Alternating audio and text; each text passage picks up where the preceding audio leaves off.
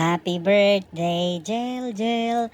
Happy birthday, Jel Jel. Happy birthday, happy birthday. Happy birthday to you.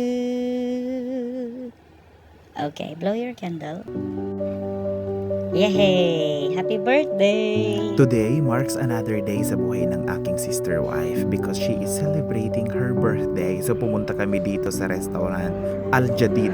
Ang ibig sabihin niyan sa Arabic, bago. Parang yung love ng Panginoon, bago bawat araw. First time namin dito kumain, nakita ko lang siya sa Google Maps. Maganda kasi yung review, akala ko sobrang sarap. Okay naman siya, mga 6 out of 10. Since hindi ko siya nabilhan ng cake na gusto niya, so, naghanap kami sa Google Map nitong Annie and Danny. Dito namin siya natagpuan, yung pinakamalapit sa location namin, yung sa Kings Road.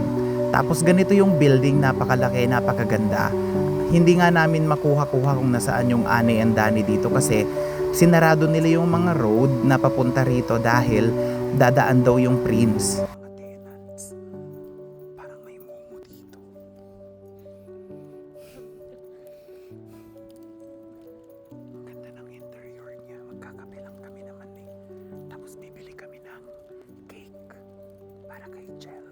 Diyan sa Annie and Danny. Hulaan niyo kung sinong nagmamayari. Si Annie at saka si Danny. Nag-collab sila. Anyway, napakaganda yung place na ito, kaya lang something creepy kasi kokonti lang yung tao during that time nung pumunta kami kasi siguro weekdays. And then yung ibang mga establishment parang nag-close na sila.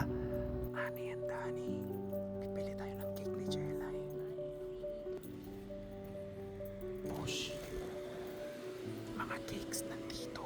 Masarap yung cakes nila. Tsaka mga chocolates.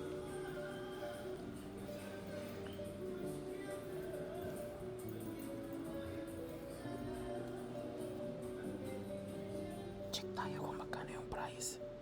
50. Mamahalin din. Ayun ang cute, oh. Para sa baby. 80 real. Expensive din ah. What? 289 cute. Flower lang. Choco red rose gold. Social diba? Check natin kung anong magugustuhan niyang cake. Crunchy mix. 259. Mahal.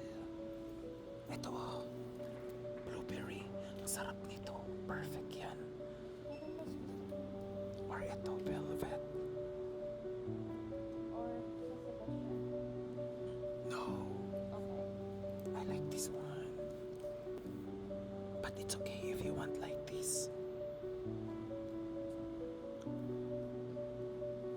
So yun na nga, hindi ko rin alam kung bakit ako bumubulong dyan. Then, nagkape kami dito sa may Pachi. Nag-order lang kami ng coffee and cake. Tapos sobrang generous ni Kuya, meron siyang chocolate na binigay sa amin. Masarap siya. One thing na lagi kong ipinagpapasalamat sa Panginoon ay yung sa buhay ng aking asawa. Syempre na malusog at pinagpapala ng Panginoon. Ang Diyos ang gumagabay sa amin. Thanks God for your life and I hope you have enjoyed your day.